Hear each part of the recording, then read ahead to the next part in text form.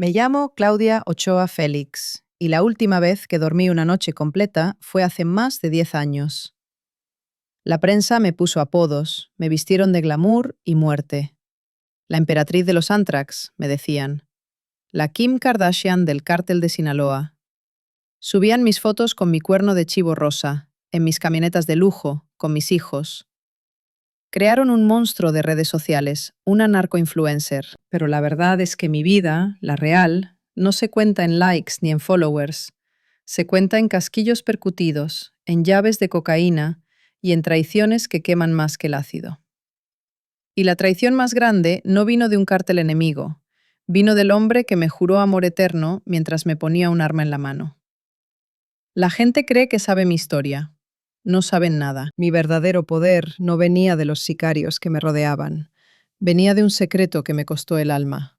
La única razón por la que seguí respirando tanto tiempo no fue por la protección del cártel. Fue por la de sus peores enemigos. La DEA me tuvo en su mano, y yo bailé a su son. Todo empezó en el infierno, y el infierno tiene un nombre: Culiacán. No el Culiacán de las revistas, el de los restaurantes caros y las plazas comerciales. Yo nací en el Culiacán del polvo, del calor que se te pega a la piel como una segunda piel sudada y sucia. Mi casa olía a humedad y a frijoles de la olla. Éramos tantos hermanos que a veces no alcanzaba para todos. Mi papá trabajaba de lo que fuera, llegaba con las manos rotas y el espíritu igual. Mi mamá se la pasaba rezando, pidiéndole a santos que no creían en nosotros que nos cayera un milagro del cielo. Yo aprendí rápido que los milagros no caen, se arrebatan. Desde niña me di cuenta de que tenía algo que las otras no. No era solo bonita, tenía esa mirada que hacía que los hombres bajaran la suya. Una mezcla de inocencia y peligro que yo no entendía, pero que aprendí a usar. Mientras mis amigas jugaban a la casita, yo observaba. Veía pasar las camionetas del año, con los vidrios polarizados y la música de banda a todo volumen. Veía a los hombres que se bajaban de ellas, con botas de piel exótica y camisas de seda. Y veía a las mujeres que iban con ellos. Mujeres como yo, pero con ropa que costaba más que nuestra casa.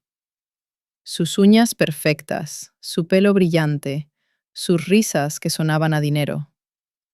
No las envidiaba, las estudiaba. Eran mi libro de texto. Mi primer trabajo fue en una tiendita de abarrotes. Ganaba una miseria. Me pasaba el día despachando refrescos y cigarros sueltos a señoras cansadas y a albañiles sudorosos. Cada peso era para la casa. Pero cada noche, al cerrar, me quedaba viendo mi reflejo en el vidrio sucio y sentía una rabia que me ahogaba. Esto no podía ser todo. Esto no podía ser mi vida. La belleza, me di cuenta, era un cheque en blanco si sabías a quién dárselo para que lo cobrara. Y en Culiacán, el único banco que pagaba de verdad era el de la maña. El momento exacto, el punto de no retorno, no fue en un tiroteo ni en una entrega. Fue en una tarde cualquiera. Estaba limpiando el mostrador cuando se paró una Logo Raptor negra afuera. El tipo de troca que hace vibrar el piso. Se bajó un plebe, no tendría más de 20 años, con una cadena de oro que le brillaba hasta con el sol nublado. Me pidió 2 cocas y un encendedor. Cuando le di el cambio, dejó un billete de 500 pesos en el mostrador. «Quédatelo, mija», me dijo sin dejar de mirarme. «Para tus chicles». Sentí la humillación arder en mi cara. Pero no quité el billete. Esa noche no dormí. Tenía el billete bajo mi almohada. Olía a perfume caro y a algo más, algo metálico, como a pólvora. Era el olor del poder. El olor de una vida distinta. La semana siguiente, el mismo plebe volvió. Esta vez no vino solo. Con él venía un hombre mayor, de unos 30 y tantos. No era guapo, pero tenía una cicatriz en la ceja y una calma que daba más miedo que cualquier grito. Se me quedó viendo, no como el plebe, no con deseo, sino con la mirada de un comprador de caballos finos. Estaba evaluando el producto. Me preguntó mi nombre. Se lo dije. Le temblaba la voz. «Tienes cara de reina, pero ojos de pistolera», me dijo. «Eso vale oro en este negocio». Me dio una tarjeta. No tenía nombre, solo un número de teléfono. Si te cansas de vender sodas, llámame. Hay fiestas donde una cara como la tuya se paga mejor que un kilo de perico. Esa tarjeta fue mi pacto con el diablo. La tuve guardada 2 días. 2 días en los que cada vez que veía las manos de mi padre o la mirada resignada de mi madre, sentía que esa tarjeta me quemaba en el bolsillo. Al tercer día, mi hermana pequeña se enfermó. Necesitaba medicinas, unas medicinas caras que jamás podríamos pagar. Esa fue la señal, el empujón que necesitaba. Tomé un teléfono público, de esos que ya nadie usa, y marqué. No vendí mi alma por lujos, ni por poder. La vendí por una caja de antibióticos. Pero una vez que firmas ese contrato, ya no hay vuelta atrás. La primera dosis es gratis, pero el resto de tu vida la pagas con intereses. La primera fiesta a la que me llevaron fue en una hacienda en las afueras. Nunca había visto tanto dinero junto. Había tigres enjaulados, políticos sonriendo junto a hombres con cuernos de chivo con incrustaciones de diamantes. Las mujeres eran esculturas vivientes. Y yo, con un vestido prestado que me quedaba demasiado bien, sentía que por fin había llegado a casa. Esa noche aprendí la primera regla. Aquí no eres una persona, eres un objeto, un trofeo. Y tu valor depende del dueño que te presuma. Yo decidí que no sería el trofeo de nadie. Yo sería la dueña del casino.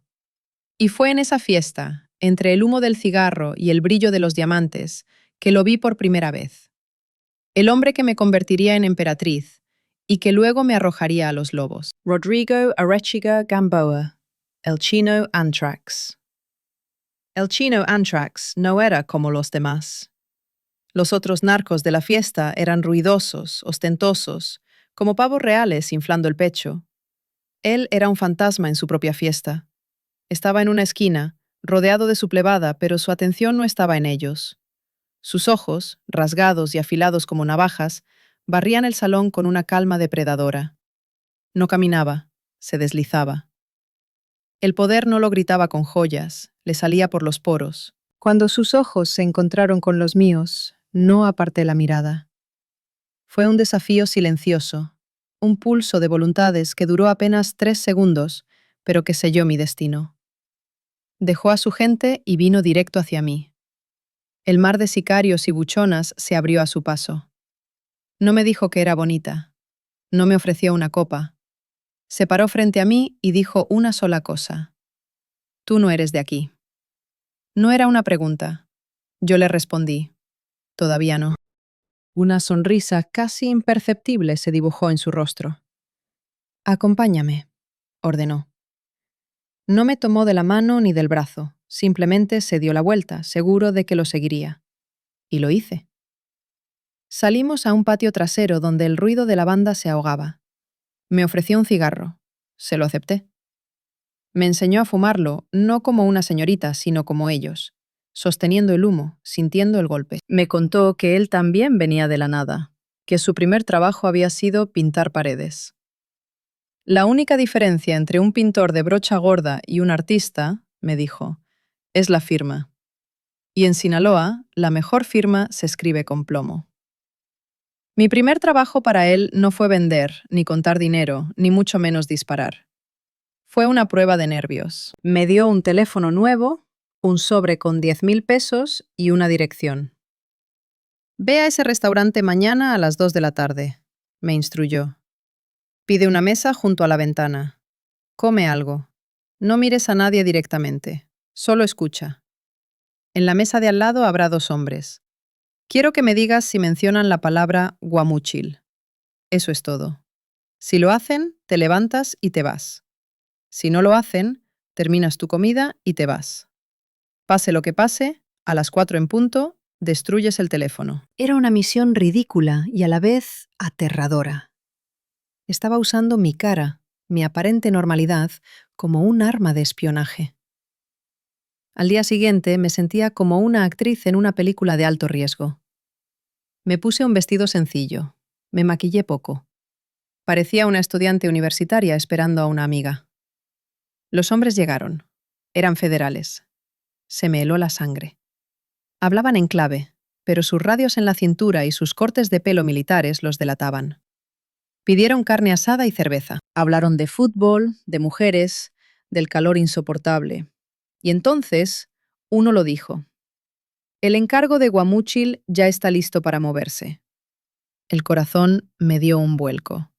Terminé mi agua mineral de un trago, dejé el dinero en la mesa y salí sin mirar atrás. Caminé 10 cuadras hasta que mis piernas temblorosas no pudieron más. En un bote de basura, rompí el teléfono en dos y lo tiré. Esa noche, una camioneta sin placas dejó un paquete en la puerta de mi casa. Dentro había 100.000 pesos y una nota. Bienvenida al equipo. El dinero fácil es la droga más adictiva que existe. Más que la coca, más que la heroína. Porque no solo te da el subidón, te cambia la realidad. Mi familia dejó el barrio polvoriento. Compré una casa para mi mamá en una privada con guardias de seguridad y jardines bien cuidados. Mis hermanos fueron a las mejores escuelas. De repente, yo era la salvadora, la que traía la prosperidad. Nadie preguntaba de dónde salía el dinero, solo sonreían y daban las gracias. Comencé a vestirme como las mujeres que antes estudiaba. Ropa de marca, bolsas que costaban lo que antes ganaba en un año. Pero debajo de la seda y el cuero, la paranoia crecía como un cáncer. Cada coche que pasaba lento, cada mirada que se quedaba fija un segundo de más, era una amenaza. El chino me estaba moldeando a su imagen y semejanza. Me enseñó a tirar. No en un campo de tiro, sino en el desierto, con blancos de verdad. Me puso un AK-47 en las manos, el famoso cuerno de chivo. Pesaba 1 tonelada. Esto no es un juguete, es una herramienta, me dijo. Y a veces es la única respuesta que la gente entiende. La primera vez que disparé, el retroceso casi me rompe el hombro. El estruendo me dejó sorda por un minuto. Pero ver el poder que salía de mis manos, ver cómo las botellas y los maniquíes de prueba explotaban en pedazos, fue embriagador. La primera sangre llegó antes de lo que esperaba. No fue en un enfrentamiento. Fue algo sucio, a quemarropa. Había un chapulín, un narcomenudista independiente, que estaba vendiendo en la Plaza del Chino sin pagar piso. Un insulto. Lo levantaron una noche. Yo iba en la camioneta con ellos, en el asiento del copiloto. Lo llevaban en la parte de atrás, encintado de la cara, gimiendo. Olía a orina y a miedo. Fuimos a una casa de seguridad en las afueras. Lo bajaron a rastras y lo arrodillaron en el patio de tierra. El chino me miró. Me pasó su pistola, una Super .38 con cachas de oro y la imagen de San Judas. «Demuéstrame que tienes lo que se necesita», dijo. «O esto es solo un juego para ti, o eres de las nuestras. Decide ahora». El hombre en el suelo lloraba, suplicaba por sus hijos. Mis manos temblaban. Todo mi cuerpo gritaba que corriera. Pero vi los ojos del chino, y detrás de él, los de su gente. Eran ojos de lobos, esperando a ver si la nueva cachorra era digna de la manada. Si dudaba, si fallaba, mi valor se desplomaría. Dejaría de ser un activo para convertirme en una carga, en un adorno bonito y desechable. Apunté a la cabeza del hombre, cerré los ojos y jalé el gatillo. El sonido fue sordo, húmedo. Cuando abrí los ojos, el hombre ya no estaba suplicando. Solo había un cuerpo inerte y un silencio sepulcral que lo llenaba todo. Nadie dijo nada. El chino me quitó la pistola de la mano, que seguía temblando, y me abrazó. «Ahora sí», susurró en mi oído. «Ahora eres una de nosotros». Esa noche no dormí. Me quedé en la ducha horas, tratando de quitarme un olor que no estaba en mi piel, sino en mi memoria. El olor a sangre y a pólvora. El perfume del poder. A partir de ese día, algo cambió en mí. La chica de la tiendita murió arrodillada en ese patio de tierra, y de su cadáver nació la emperatriz. El bautizo de sangre te cambia el ADN. Ya no ves el mundo igual. La vida y la muerte se convierten en simples variables de una ecuación de negocio. Después de esa noche, el chino me integró por completo. Dejé de ser la observadora silenciosa y me convertí en una pieza activa de la maquinaria. Los Antrax éramos la guardia pretoriana de Ismael el Mayo Zambada. No éramos simples sicarios, éramos una fuerza de élite. La punta de lanza del cártel de Sinaloa. Nuestra reputación nos precedía. Y el horror se volvió mi rutina diaria, el café de mis mañanas. Recuerdo una vez, teníamos a un soplón de los Beltrán Leiva, un contador que les estaba pasando información de nuestras rutas de lavado. Lo tuvimos en una bodega por 3 días. El chino quería que yo aprendiera a ablandar a la gente. La información es poder, Claudia, me decía, y la gente te da toda la que tienes si sabes cómo pedírsela. Lo que vi en esa bodega me persigue en pesadillas. No usaban golpes, era más sutil, más psicológico. Le ponían grabaciones de sus hijos llorando pidiendo que volviera a casa. Le traían su comida favorita y se la comían enfrente de él mientras él llevaba días sin probar bocado. Le aplicaban el tehuacanazo, agua mineral con chile por la nariz hasta que sentía que se ahogaba. El tipo era duro, pero al tercer día, cuando trajeron a su perro, un labrador viejo y gordo, y uno de los sicarios sacó un soplete, el hombre se quebró. Soltó todo. Nombres, fechas, cuentas bancarias. Dio hasta el último centavo de su alma para salvar a su perro. Después de que cantó todo, el chino ordenó que lo durmieran. Yo creía que le darían un tiro rápido. Pero uno de los muchachos, un tipo apodado el sargento, sacó una bolsa de plástico. Se la puso en la cabeza. El contador luchó como un animal salvaje, sus piernas pateando el aire. Duró casi 3 minutos. 3 minutos de un silencio espantoso, solo interrumpido por el sonido del plástico pegándose a su cara mojada por el sudor y las lágrimas. Cuando todo terminó, el chino se volteó hacia mí, tranquilo, como si acabáramos de ver una película. Lección número 1, dijo. La lealtad es un mito. El miedo es real. Pero no todo era sangre y tortura. La vida del narco es un carrusel de extremos. Una noche podías estar desmembrando a un enemigo en el desierto y a la noche siguiente estar en una fiesta privada con los Tucanes de Tijuana, tocando en vivo solo para ti. El dinero lo compraba todo. Y todos tenían un precio. Políticos, cantantes, actores. Vi a gobernadores sentados en la misma mesa que mi patrón, riéndose de sus chistes, recibiendo maletines llenos de dólares a cambio de protección y rutas libres. Vi a cantantes famosos, de esos que llenan estadios, componer corridos para nosotros ahí mismo, en una servilleta, a cambio de un reloj de oro macizo. Una vez, en una fiesta en un rancho del Mayo, trajeron a un comediante muy famoso de la televisión. El tipo estaba pálido del miedo, pero hizo su rutina. Nadie se reía mucho, porque el respeto se imponía al humor. Al final, el Mayo se le acercó y le dio un abrazo. «Muy bueno, mi amigo», le dijo, «para que vea que acá también apreciamos el arte». Y le dio un sobre tan gordo que apenas cerraba. El comediante casi se desmaya. Se fue de ahí sin mirar atrás. Esa era nuestra realidad. Éramos los leprosos y los reyes al mismo tiempo. La sociedad nos repudiaba en público, pero en privado hacían fila para recibir nuestro dinero. La corrupción no era un fallo del sistema, era el sistema. Desde el policía de tránsito que nos abría paso hasta el general del ejército que nos vendía información sobre operativos en nuestra contra. Todo estaba en la nómina. Nosotros no rompíamos la ley, éramos la ley. Y yo me estaba volviendo adicta a ese poder. Me encantaba entrar a un restaurante de lujo y que el dueño corriera a atenderme personalmente, dándome la mejor mesa sin reservación. Me fascinaba ver el miedo y la admiración mezclados en los ojos de la gente. El chino me alimentaba ese ego. Me regaló un Mercedes blindado. «Para mi reina», me dijo.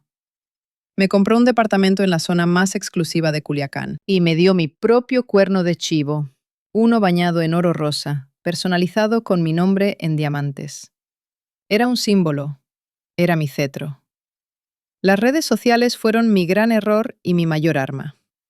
Empecé a subir fotos, yo con el arma, yo en mis carros, yo con mis hijos rodeados de lujo. La gente se volvió loca. Nació la leyenda de la emperatriz. Me convertí en un personaje, en un producto viral, la Kim Kardashian de la maña. El chino al principio se enojaba. El bajo perfil es la mejor armadura, me advertía. Pero cuando vio el efecto que causaba, cambió de opinión. La gente nos temía, pero también nos admiraba. Creaba una cortina de humo, una distracción. Mientras todos hablaban de mis zapatos Louboutin, nadie veía los cargamentos que estaban cruzando la frontera. Pero estaba jugando con fuego. Me estaba haciendo demasiado visible, demasiado famosa. Y en este negocio, la fama es una sentencia de muerte. Empecé a recibir amenazas de cárteles rivales. Pero el verdadero peligro no venía de ellos. Estaba durmiendo en mi propia cama. El chino, el hombre que me había creado, empezaba a verme no como su reina, sino como su competencia. Su ego no soportaba que mi nombre sonara a veces más fuerte que el suyo. La admiración en sus ojos se estaba convirtiendo en recelo. Y yo, cegada por los flashes y los likes, no vi venir la tormenta que estaba a punto de destruir mi vida. La grieta en nuestro imperio no empezó con una bala, sino con un susurro. El chino empezó a cambiar. Las noches de pasión se convirtieron en interrogatorios. ¿Con quién hablaste hoy? ¿Por qué te miraba así ese mesero? ¿Quién te dio like en esa foto? Su paranoia crecía al mismo ritmo que mi fama en Instagram. Cada post mío era una afrenta a su autoridad. Yo era su creación, su Galatea. Y se estaba dando cuenta de que la estatua había cobrado vida propia, y ya no quería estar en su pedestal. La gota que derramó el vaso fue una entrevista. Una revista de chismes de farándula publicó un artículo de varias páginas sobre mí, llamándome la nueva reina del narco. Usaron mis fotos, hablaron con supuestos conocidos y crearon una fantasía de poder y peligro a mi alrededor. Cuando el chino vio la revista, no gritó. Se quedó en silencio, y eso fue peor. Lo vi pasar las páginas, su mandíbula apretada. Cuando terminó, la arrojó a la mesa de centro y me miró con un frío que nunca antes le había visto. «Te crees mucho, ¿verdad?», dijo en voz baja. «Piensas que este circo es tuyo.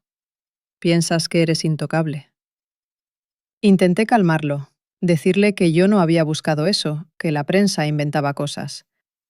Pero él ya no escuchaba. «A la gente del patrón no le gusta el ruido», continuó. «Y tú, Claudia, eres una maldita sinfonía. Estás atrayendo el calor y nos vas a quemar a todos». Esa noche, por primera vez, me pegó. No fue una cachetada, fue un puñetazo que me partió el labio. Mientras yo estaba en el suelo, más sorprendida que adolorida, él se agachó y me agarró del pelo. «Nunca olvides quién te sacó del basurero», me siseó. «Y nunca olvides que puedo volverte a tirar en él cuando yo quiera». Ese golpe me despertó del sueño. El lujo, los carros, la ropa cara, todo era una jaula de oro. Y el chino tenía la llave. Empecé a tener mi propio dinero, mis propios contactos, a escondidas de él. Pequeñas transacciones, favores que cobraba, información que guardaba para mí. No por ambición, sino por supervivencia. Necesitaba una salida de emergencia, un plan B. Y fue entonces cuando descubrí que estaba embarazada. Esperaba a mi tercer hijo, el primero de él. Ingenuamente, pensé que eso lo cambiaría todo. Que un hijo lo suavizaría, que nos uniría. Fui una estúpida. Se lo dije una noche, con la prueba de embarazo en la mano, esperando ver una chispa del hombre del que me había enamorado. Su reacción fue un balde de agua helada. Ni siquiera me miró a los ojos. Se sirvió un vaso de whisky, se lo tomó de un trago y dijo: «Ese es tu problema, no el mío. A ver cómo le haces». En ese instante, mi corazón se hizo piedra. Entendí que yo no era su pareja, era su empleada. Un activo de alto valor, sí, pero un activo al fin y al cabo. Y ahora, con un embarazo, me estaba convirtiendo en un pasivo, una complicación. El error fatal no fue mío, fue de él. El chino se volvió descuidado. La presión de ser el jefe de sicarios del Mayo, la competencia interna y su creciente adicción a la cocaína lo estaban volviendo errático. Una noche, durante una llamada con uno de sus contactos en Colombia, cometió el desliz. Usó un teléfono no encriptado. Una estupidez de novato. Estaba negociando un cargamento de varias toneladas y dio demasiados detalles. Yo estaba en la habitación y escuché todo. Se me revolvió el estómago. Sabía lo que eso significaba. La DEA y el ejército mexicano escuchan todo. No son tontos. Tienen tecnología que nosotros ni imaginamos. Era cuestión de tiempo. La caída fue rápida y brutal. Un par de semanas después de esa llamada, lo arrestaron. No fue en un tiroteo espectacular como en las películas. Fue en el aeropuerto de Ámsterdam, en Holanda. Lo agarraron como a un turista cualquiera, mientras hacía una escala. La noticia cayó como una bomba en Culiacán. El invencible chino Anthrax, el fantasma, había sido capturado. El pánico se apoderó del cartel. ¿Quién había hablado? ¿Quién lo había traicionado? De inmediato, todos los ojos se volvieron hacia mí. La mujer visible, la de las redes sociales, la que estaba embarazada de él y a la que él había empezado a maltratar. Yo era la sospechosa perfecta. Sabía que tenía las horas contadas. La ley del narco es clara. Ante la duda, se elimina el problema. No iban a arriesgarse. Mis supuestos amigos dejaron de contestarme en teléfono. Mis escoltas desaparecieron. Me quedé sola, en mi casa de lujo, que ahora se sentía como un mausoleo. Esperaba que en cualquier momento tiraran la puerta y me llenaran de plomo. Me pasé 2 días encerrada con mis hijos, con mi cuerno de chivo rosa cargado sobre las piernas, saltando con cada ruido de la calle. No dormí, no comí, solo esperaba el final. Y entonces, en la tercera noche, sonó un teléfono. Un número desconocido, internacional. Contesté, esperando que fuera una orden de mis verdugos. Pero la voz al otro lado no era de un sicario. Hablaba español con un acento gringo, pulcro, sin emociones. Señora Ochoa Félix, dijo la voz. Sabemos la situación en la que se encuentra. Sabemos que su vida y la de sus hijos corre peligro. Podemos ayudarla. Tenemos una oferta para usted. Era la DEA. El diablo me había abandonado y ahora los ángeles caídos venían a ofrecerme un nuevo pacto. La voz del agente de la DEA era monótona, casi robótica. Me explicó la situación como si estuviera leyendo un informe. Sabían de la llamada del chino. Sabían que su caída había creado un vacío de poder y una cacería de brujas. Y sabían que yo era la presa principal. No nos interesa usted como un objetivo, señora Ochoa, dijo. Usted es un pez pequeño, pero tiene acceso. Conoce nombres, rutinas, casas de seguridad. Usted es una llave. Queremos la información que tiene en su cabeza. A cambio, le ofrecemos una salida. La oferta era simple. Protección para mí y para mis hijos. Una nueva vida, en otro lugar, con otras identidades. Un borrón y cuenta nueva. El precio, por supuesto, era mi alma. Tenía que convertirme en lo que más odiábamos, una soplona, una rata. Tenía que entregar a la gente con la que había comido en la misma mesa, a los que habían sido mis protectores, a la estructura que me había dado todo y que ahora quería quitármelo. No tuve que pensarlo mucho. Miré los rostros de mis hijos durmiendo en la cama, ajenos a la sentencia de muerte que pesaba sobre nuestras cabezas. El instinto de madre es más fuerte que cualquier código de lealtad del narco. Acepté. Las instrucciones fueron precisas. Tenía una ventana de 1 hora. Debía empacar una sola maleta con lo esencial, sin dinero, sin joyas, sin teléfonos. A las 4 de la mañana, una camioneta Suburban de color gris, sin placas, con las luces apagadas, Se pararía frente a mi casa durante exactamente 2 minutos. Tenía que salir, subir con mis hijos y no mirar atrás. Esa fue la hora más larga de mi vida. Desperté a los niños. Les dije que íbamos a hacer un viaje sorpresa. Sus caras de sueño y confusión me partían el alma. Mientras metía algo de ropa en una maleta, mis manos temblaban. Cada sombra, cada crujido de la casa, era un sicario listo para matarnos. A las 3:59 estábamos junto a la puerta, en completa oscuridad. Vi las luces de un coche acercándose por la calle, y mi corazón se detuvo. Pero pasó de largo. 1 minuto después, la Suburban gris apareció de la nada, silenciosa como un tiburón. Abrí la puerta, metí a mis hijos a toda prisa y me subí. El hombre que conducía no dijo una palabra. Arrancó suavemente, y mientras nos alejábamos, vi por el retrovisor mi casa, mi vida, mi reino de oro y sangre, desvanecerse en la oscuridad. Nunca más volví a Culiacán. La vida que me dieron no es la que ven en las películas de testigos protegidos. No vivo en un suburbio tranquilo con un jardín y un perro. Me tienen en un limbo, un infierno seguro. Paso mis días en un apartamento anónimo en una ciudad que podría ser cualquiera. Las ventanas tienen barrotes discretos. No puedo salir sola. Mis hijos van a una escuela con nombres falsos, bajo la supervisión constante de gente que parece amable pero que lleva un arma bajo la chaqueta. Pasé meses en interrogatorios. Largas sesiones en cuartos sin ventanas con hombres de traje que me exprimían la memoria. Les di todo. Nombres de comandantes de policía en la nómina. Ubicaciones de laboratorios de metanfetamina en la sierra. Rutas de trasiego por túneles bajo la frontera. Les hablé del Mayo, de sus hijos, de sus operadores. Vacié mi cabeza de todos los secretos oscuros que había acumulado. Cada nombre que daba era un clavo más en el ataúd de mi vida anterior y, a la vez, un ladrillo en el muro de mi nueva prisión.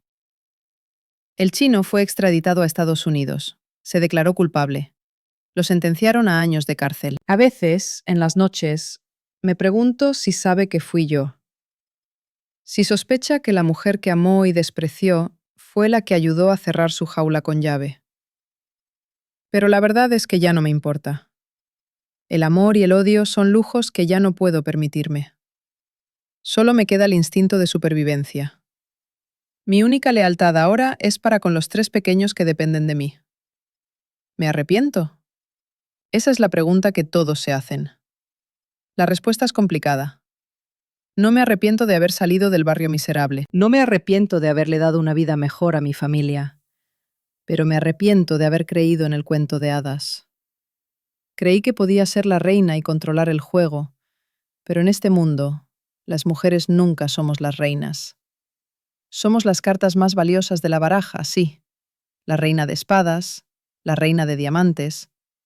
Pero al final del día, solo somos un naipe en la mano de un hombre que decide cuándo jugarte, cuándo descartarte o cuándo quemar la baraja entera.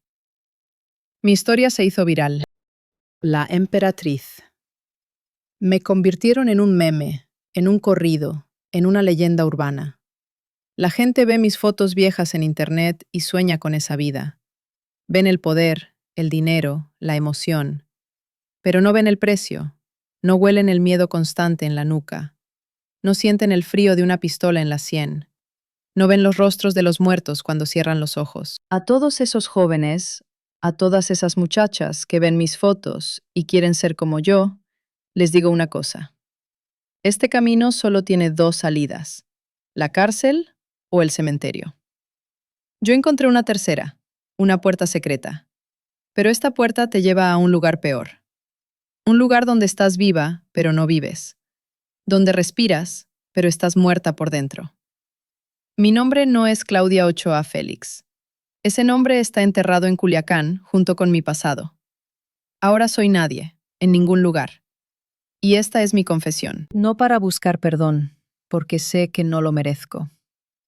Es una advertencia. Detrás del glamour del cuerno de chivo rosa y los autos de lujo, solo hay un vacío. Un vacío que te devora el alma y que al final te lo quita todo. Absolutamente todo.